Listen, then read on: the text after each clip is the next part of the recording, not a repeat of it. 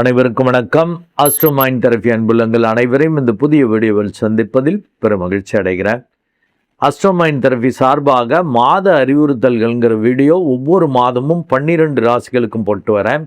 அந்த வகையில் ஜூன் 20 முதல் ஜூலை 20, 2026 மிதுன லக்னம் அண்ட் மிதுன ராசி அன்புள்ளங்களுக்கு என்ன மாதிரி பலன்கள் ஏற்பட போது அவர்களுக்கான அறிவுறுத்தல்கள் என்ன அப்படிங்கிறத இந்த வீடியோவில் பார்க்க போகிறோம். மிதுன லக்னம் அண்ட் மிதுன ராசி அன்புள்ளங்களுக்கான அறிவுறுத்தல் என்பது நிபுணத்துவத்தால் நிம்மதி வரும் நேரம். மீண்டும் உங்களுக்கான இந்த தலைப்பை அறிவுறுத்தலை கொடுக்குறேன். நிபுணத்துவத்தால் நிம்மதி வரும் நேரம்.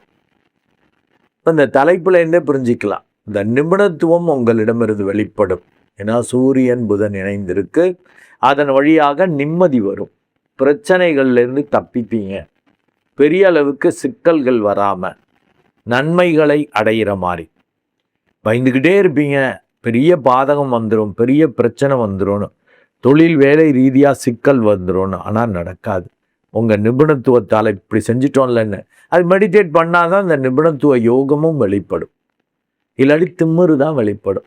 ஆனால் லக்னத்திலேயே சூரியன் இருக்கு இல்லையா, லக்னம் ராசியில் அங்கே அவன் 3ஆம் இடத்ததிபதி அவன் வர்றப்ப ஓவர் திமிரு தான் வெளிப்படும். என்னால் எல்லாம் முடியும். புதன் வேற புத்திசாலியா, புத்திசாலிகளுக்கு ஓரளவு கம்ஃபர்ட்டாக இருந்தாங்க. ஓரளவு அந்த பெரியவங்க இவங்கள்ட்ட ஆலோசனை கேட்டால் இவங்க ஒரு பெரிய அப்பாட்டக்கராக மாறிடுவாங்க. பயம் வந்துட்டாலும் சாது மிரண்டால் காடு கொள்ளாதுன்னு பிரச்சனை பண்ணிடுவாங்க. ஸோ அதனால் கண்டிப்பாக மெடிடேட் பண்ணிக்கணும். அப்போ தான் நிபுணத்துவம் வெளிப்படுங்கிற. நிபுணத்துவத்தால் நிம்மதி வரும் நேரம்னு பிரச்சனை வராமல். ஏன்னா 2ஆம் இடத்தில் குரு பகவான் உச்சமாக இருக்கிறார். யார் அவன்? பாதகாதிபதி. பாதகாதிபதி உச்சமாகிறார். அவன் 7ஆம் இடத்ததிபதி மட்டுமல்ல, 10ஆம் இடத்ததிபதியாகவும் வரான். மற்றவங்க சூழல் வழியாக வேலை தொழில் ரீதியாக பெரிய பாதகங்கள் வராமல் நிபுணத்துவமாக நீங்கள் வெளிப்படுற மாதிரி பண்ண முடியும். அது மெடிடேட் பண்ணால் ஈஸியாக இருக்கும். குரு பகவானும் உச்சமாக இருக்கிறது. நான் அது பல வீடியோவில் சொல்கிறேன். ஆட்சியாகவோ உச்சமாகவோ ஒரு கோள் இருந்துச்சுன்னா பெரிய அளவுக்கு கெடுக்காது, நன்மைகளை செய்யும். பெரிய கெடுதல்கள் ஆனால் அதுக்கான வேலையை செய்ய தான் செய்யும். பிரச்சனைகள் சூழல்கள்லாம் வரதான் செய்யும். ஆனால் இறுதியில் வெற்றியை கொடுக்கும். அது மெடிடேட் பண்ணிட்டீங்கனாலும் நிபுணத்துவம் வரும்ட்டேன். பேச்சிலையும் கவனம் இருக்கும், குடும்பத்திலையும் பிரச்சனை வராமல் பாதகம் வராமல் செயல்பட்டுக்குவீங்க. அண்டு சுக்கிரனும் பார்த்தீங்கன்னா 5, 12 கூடையவன். அவன் பூர்வ புண்ணியாதிபதி தான். as well as 12ஆம் இடத்துக்கு வந்து 2ல் இருக்கிறப்ப என்ன வந்தாலும் காலி பண்ணிடுறது. குடும்பத்தில் கெட்ட பேர், வெளியில் நல்ல பேர் இருக்கும். குடும்பத்தில் ஐயோ மட்டமானவன்பா, ஓவராக ஆடுவான், அவன் தகுதி மீறி ஆடுறவன், திமிரு பிடிச்சவன் அப்படின்லாம் பேர் வாங்கணும். ஏன்னா சூரியன் சூரியன் லக்னத்திலே இருக்கிறப்ப அந்த மாதிரி.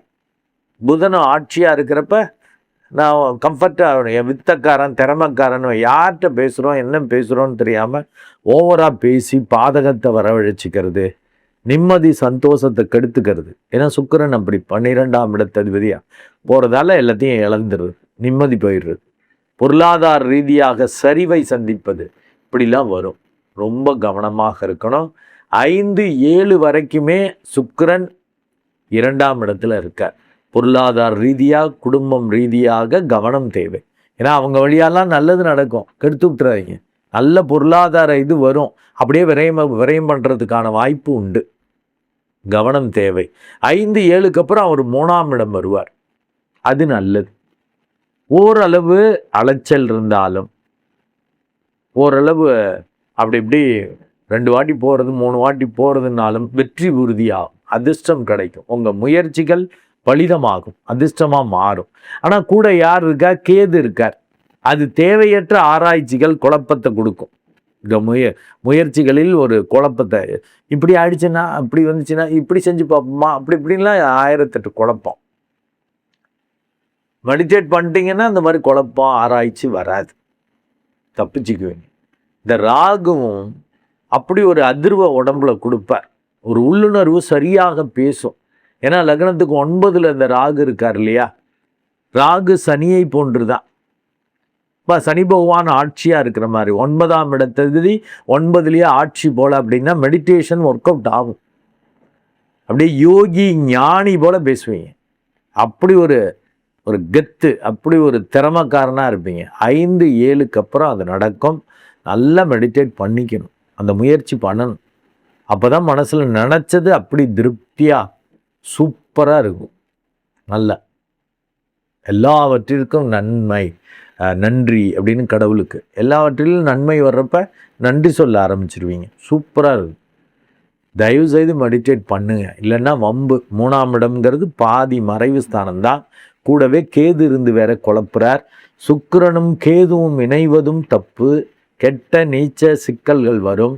3ஆம் இடம்ங்கிறது காமபாவம். காமம்னா செக்ஸும் குறிக்கும். நாட் ஓன்லி செக்ஸு, ஆசையால் பேராசையால் ஏதாவது ஒன்னடக்கு ஒன்று கெட்ட நீச்ச தொடர்பால் சிக்கல்கள் வர்ற மாதிரிலாம் அந்த சுக்கிரன் பண்ணிடும். மெடிடேட் பண்ணால் தப்பிச்சுக்கலாம்.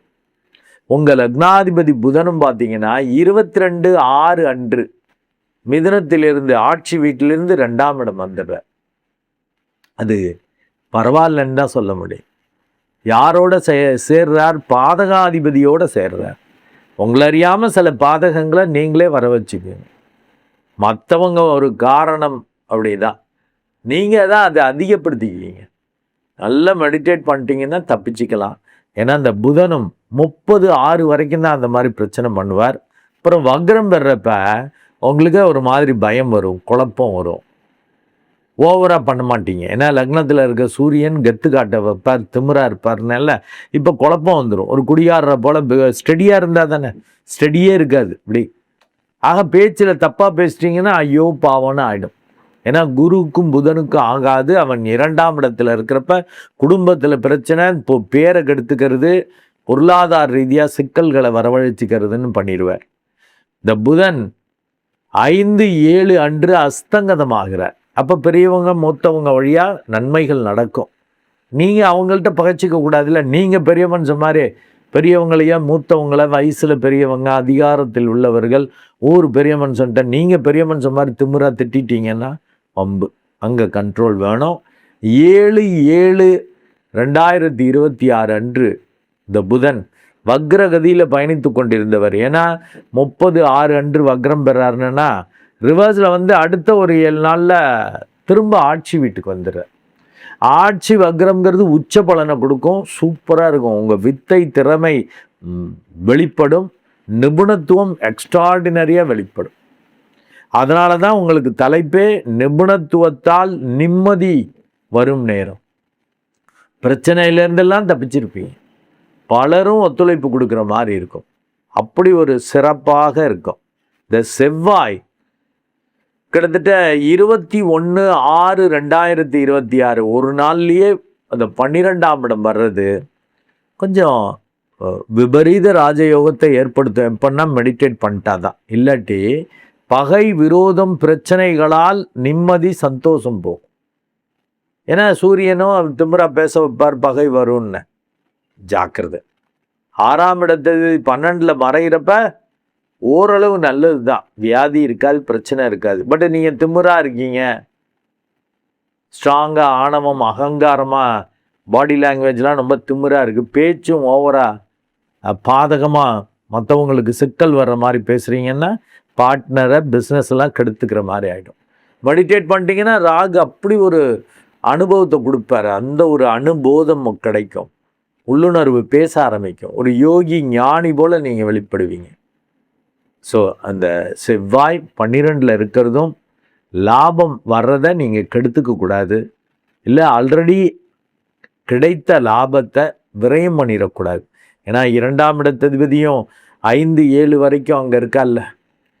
2ஆம் இடத்துல 12ஆம் இடத்ததிபதி, 11ஆம் இடத்ததிபதி 12ல். ஆக 2-11 தான் தன லாபத்தை குறிக்கிறது. லாபாதிபதியும் மறைகிறார். அண்டு விரையாதிபதி அங்கே தனஸ்தானத்தில் இருக்கார். எவ்வளவு காசு வந்தாலும் காலி பண்ணி விட்டுருவார், ஓட்டகையாக மாற்றுவார். லாபத்தை கெடுத்து விடுற மாதிரி செவ்வாய் சுக்கிரன் இருக்கிறதுலேருந்து தப்பிச்சுக்கலாம்.